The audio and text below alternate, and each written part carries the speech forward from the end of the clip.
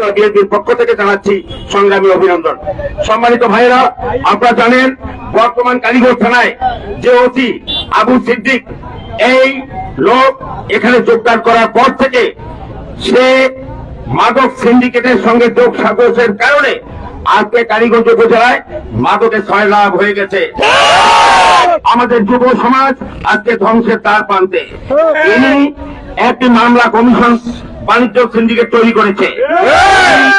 মাদকের আসামিকে থানায় ধরে আনে, টাকার বিনিময়ে দেখা গেল যে অন্য মামলায় চালান দিয়ে দেয় এবং নিরপরাধ লোককে থানায় নিয়ে এসে রাতে জেলা দরবার করে লক্ষ লক্ষ টাকার বিনিময়ে পরের দিন সে আসামিকে ছেড়ে দেওয়া হয়। আমরা যারা 17 বছর আন্দোলন সংগ্রাম করেছি এবং আন্দোলন সংগ্রামের পর বিগত নির্বাচনে ক্ষমতায় এসেছি, জনগণ বিএনপি যেহেতু গণমানুষের দল সংগত কারণে কালীগঞ্জ উপজেলার সাধারণ মানুষ কোনো বিপদ আপদ কোনো সমস্যায় পড়লে আমাদের কাছে আসে এবং আসাটাই স্বাভাবিক। এবং সেই সকল সমস্যা নিয়ে আমরা যদি কোনো কারণে তার সঙ্গে যোগাযোগ করার চেষ্টা করি, সে মূল্যায়ন করে না। মূলত হলো আওয়ামী লীগের দোষর। এই আওয়ামী লীগের দোষর এখানে থাকলে এই উপজেলার আইন শৃঙ্খলার চরম অবনতি হবে, মানুষের ঘুম হারাম হয়ে যাবে। আমরা এই দুর্নীতিবাজ মাদক সিন্ডিকেটের হোতা, অপদার্থ, অযোগ্য আওয়ামী লীগের দোষর এই আবু সিদ্দিকের আমরা অপসারণ চাই। দীর্ঘ 16 বছর ফেসিবাদী শাসন আমলের পর 24 জুলাই আগস্টের ছাত্র জনতার আন্দোলনে সীমাহীন ত্যাগের মধ্য দিয়ে বাংলাদেশে গণতান্ত্রিক পরিবেশ ফিরে এসেছে এবং এই 17 বছর যারা ফেসিবাদী শাসন কায়েম করেছিল, বাংলাদেশের সংসদে তাদেরকে নিষিদ্ধ সংগঠন হিসেবে ঘোষণা করা হয়েছে। কিন্তু ইতিমধ্যেই আমরা দেশের বিভিন্ন জায়গায় দেখতে পাচ্ছি তারা দেশকে অস্থিতিশীল করার জন্য, দেশের শান্তি শৃঙ্খলা নষ্ট করার জন্য সেই নিষিদ্ধ আওয়ামী গোষ্ঠী আবারও মাথার চারা দিয়ে ওঠার চেষ্টা করছে। বাংলাদেশ বর্তমান সরকার এই পরিস্থিতি মোকাবেলা করার জন্য আওয়ামী সন্ত্রাসী গোষ্ঠী যারা মাথাচাড়া দিয়ে উঠছে তাদেরকে বিভিন্ন সময় যারা অপরাধের সঙ্গে জড়িত তাদেরকে গ্রেপ্তার করার চেষ্টা করছে। কিন্তু আমরা দেখছি কারণে অকারণে যারা গ্রেপ্তার হচ্ছে তাদেরকে নিয়ে বিভিন্ন জন বিভিন্ন ভাষায় প্রতিবাদ জানানোর চেষ্টা করছে। কিন্তু আমরা এই ফেসিবাদ আওয়ামী গোষ্ঠী আবারও বাংলার জমিনে রাজনীতিতে ফিরে আসুক, এটা আমরা কোনো ক্রমে হতে দিব না। তাই এই ফেসিবাদী গোষ্ঠীর উত্থানের বিরুদ্ধে এবং তাদেরকে যারা মদত দিচ্ছে তাদের বিরুদ্ধে আমরা আজকে এই প্রতিবাদ সমাবেশ করেছি। জননেতা জনাব রুকুল উদ্দিন বাবুল মহোদয় অত্যন্ত সোচ্চার আছেন এই এলাকায় যেন কোনো অবস্থাতেই ফেসিবাদ মাথাচাড়া দিতে না পারে। আমাদের বিএনপির চেয়ারম্যান এবং মাননীয় প্রধানমন্ত্রী জনাব তারেক রহমানের নির্দেশনায় জননেতা জনাব রুকুল উদ্দিন বাবুল এমপি মহোদয়ের নির্দেশে আমরা আজকে এই কর্মসূচি পালন করেছি। কোন কর্মীবৃন্দ, আমার সামনে বিশিষ্ট পথচারী ভাইরা, আসসালামু আলাইকুম। হিন্দু ভাইরা আদাব।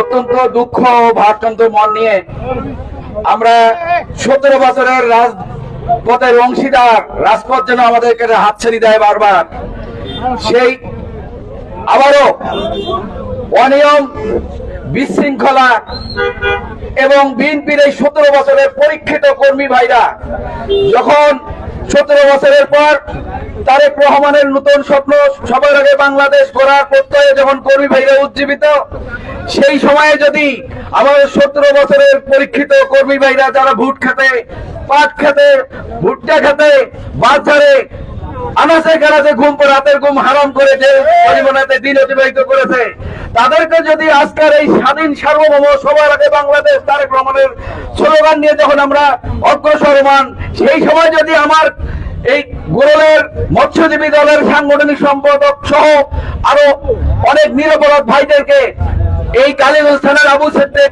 অতি সাহেব এই আওয়ামী লীগের দোষর এবং চাঁদাবাজ, এই অতি সাহেব যখন রাতের অন্ধকারকে তাদেরকে ধরে নিয়ে আসে, চাঁদা নিয়ে ছেড়ে দেয়, চাঁদা না দিলে তাদেরকে নাতের মামলা দিয়ে লালমিহাট জেলে পাঠায়। যদি বিএনপির মূল মন্ত্র হিসাবে সাধারণ মানুষের যদি দীক্ষিত হয়, তখন বিএনপির এই আচরকে আমরা আর নীরবে সহ্য করতে পারি না। আজ অত্যন্ত দুঃখ নিয়ে তারেক রহমান স্বরাষ্ট্রমন্ত্রী ডিআইজি, আইজি, এসপি সহ সকল প্রশাসনের নেতৃবৃন্দের দৃষ্টি আকর্ষণ করছি। এবং আমাদের উত্তরবঙ্গের রাজনৈতিক অভিভাবক অধ্যক্ষ আসাদুল হাবিব দুলু ভাইকে নিয়ে যখন এই ওসি বলে যে এই পকেট কমিটি আমি মানি না, এই পকেট কমিটির কোনো দাম নাই, তাহলে আমরা কি এটা পরোক্ষে বলতে চাই উনি কি মনে করে যে দুলু ভাই আমাদেরকে পকেট কমিটি বানিয়ে রাজনীতি করেছে? উনার এই ধৃষ্টতা উনি পেল কোথায়? উত্তরবঙ্গের ম্যাজিশিয়ান রাজনীতিবিদ, উত্তরবঙ্গের রাজনৈতিক অভিভাবক অধ্যক্ষ আসাদুল হাবিব দুলুর নেতৃত্বে লালমিহাট জেলা ঐক্যবদ্ধ বিএনপি, তার ফলশ্রুতিতে গত নির্বাচনে আমরা 3টে আসনে বিপুল ভাবে বিজয়ী হয়েছি। আর বিজয়ের দ্বার প্রান্তে আমাদের কর্মী যদি জেলে যায়, এটাকে আমরা সহজ ভাবে নিব না।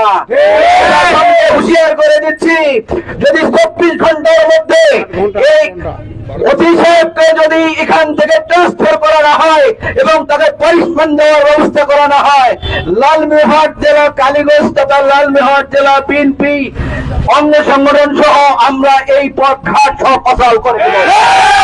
এই বৃহত্তর আন্দোলনে আপনারা সবাই শরীক হবেন এবং আজকে এখানে এসেছেন এই জন্য আপনাদের সকলকে, সাংবাদিক ভাইদেরকে সহ সকল এখানে হিতেনঙ্গী বিএনপির ভাইদের, পথচারী ভাই